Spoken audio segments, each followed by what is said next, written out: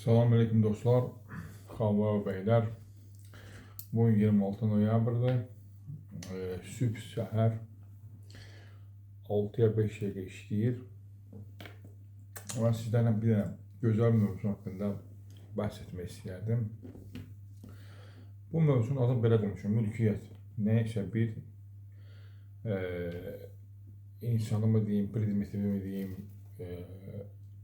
yəni hər hansı bir istek göstərdiyim predmeti əldə etmək, öz mülkiyyəti kimi malik olmaq. Belə. Bugün 2 gün əvvəl bir yaxşı tanışım var. Mənə sual verdi ki, sən bəs bir predmeti əldə etmək üçün yəqin ki, bir mənalı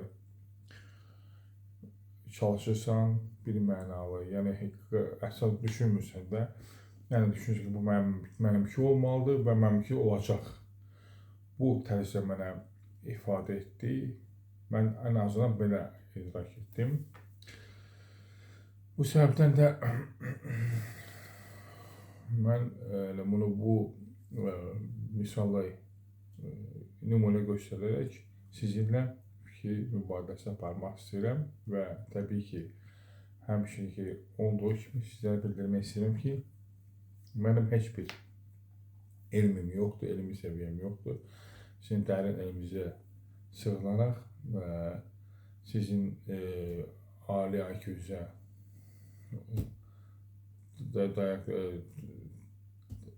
sığınaraq öz səhvlərimi, öz xətalarımı ortaya çıxardıb mənə bildirməyi təbii ki, aksioma şəklində rica edirəm.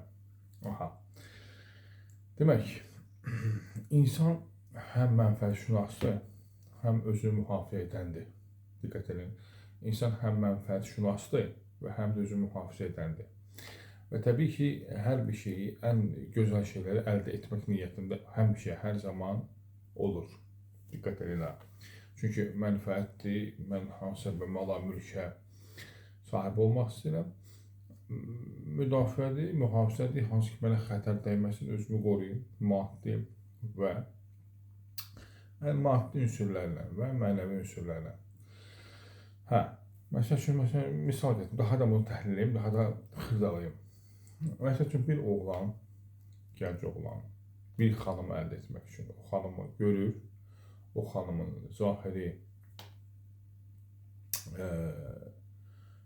faktorlarını görür və onu əldə etmək üçün düşünür ki, öz beynində, düşünür ki, bu xanım mənim üçün ən ideal xanımdır və bu xanım mənim üçün səadət mənşəyidir, səadət mənbəyidir, xoşbəxtlik mənbəyidir. Bu səbəbdən bu xanımı mən əldə etməliyəm. Yaxud da əksinə, xanım bir oğlanı görür, onun vücudunu, surətini görür, danışığına diqqət edir, danışığına fikir verir və düşünür ki, bir də malın mülkünü görürdür ki, mənim ağaqlı oğlanımdır, fəqət mən bu oğlanı əldə etməliyəm. Yəni, bu gənclərə aid olan bir predmet, bir anlayışdır. Və yaxud ki, insan bir həddindən artıq mala, mülkə sahib olmaq istəyir. Yaxud da ki, övladlarını hansısa bir sahədə vəzifəyə təyin etmək istəyir. Yaxud da ki, başqa ünsürlər ki, hansı ki, sosial tələbat, sosial müdafiə kimi özünü qorumaq istəyir. Əziz dostlar, məqsədim ondan ibarət deyil. Mən nə qədər elmləri bilsəm də, nə qədər elmləri oxusam da, nə qədər psixoloji strukturanı, fəlsəfi strukturanı, məntiqi strukturanı qoysam da, amma məndə bir dənə xəta var. Mən kamil deyiləm. Nə qədər özümü kamilləşdirmək istəyirəm, mən kamil deyiləm. O nedenlə mən sığınmalıyam kamil bir məfhuma. Kamil bir məfhum mənim nəzərimdə Allahdır. Mən Allahı təbii ki, kör-körənə idrak etmirəm. Mən Allahı həm təbii, maddi elmlərə əsaslanaraq fizikaya, klassik fizikaya, kvant fizikasına, psixologiyaya, fəlsəfəyə və teologiya əsaslı qabil edirəm. Bu səbəbdən də onun hər bir şeyi ondan tələb edirəm. Mən hər bir şey istəyəndə, bax, həmən o yoldaşa çatdırmaq istəyirəm öz sözümü. Mən hər bir şey istəyəndə, mən demirəm ki, bu əşyanı ver. Mən demirəm ki, bu əşyanı ver. Mən deyirəm ki, əgər xeyirlidirsə ver. Xeyirlidirsə vermə. Mən demirəm ki, bu predmeti ver mənə. Mən deyirəm, xeyirlidirsə ver. Xeyirlidirsə vermə. Xeyirli deyilsə vermə. Ne üçün bunu deyirəm? Çünki mən hər bir şeydə səhvə yol verə bilərəm. Mən insanam, mən kamil deyiləm. Mən hər bir an səhvə yol verə bilərəm. Amma o səhvdən uzaqdır, xətadan uzaqdır. Və mənə verər də odur. Nəyin əsasında? Mənim əməllərimin əsasında. Mən də öz əməllərimi qururam nəyinə? Qururam zəhmətlə, əziyyətlə ki, əziyyətlə də mən neyniyim? Onun məhsulunu götürürüm. Zəhmətim, əziyyətim onlar pis yolda. Zəhmətim, əziyyətim onlar yaxşı yolda. Fərq eləməz. İkisi də zəhmətdir. İkisi də zəhmətdir. İkisi də mənə nə verir? Xüsusi məhsul verir. Bildiniz? Odur ki, məsəl üçün, mən gənclərdən bir xanım istəyirlər, xanım alar, nə olar? Yaxşı olmaz, aqibət pis olar, deyingən olar, başına oynasın, ya qadın bir oğlanı istəyir, o narkoman olar, əyyaş olar, ya mən mülk mal istəyirəm. Artıq həddindən artıq mülk mal istəmək zəruridir. Bugünkü insanı mülk mal olmasa insan kamala yetişməz, insan yuxarı qalxmaz.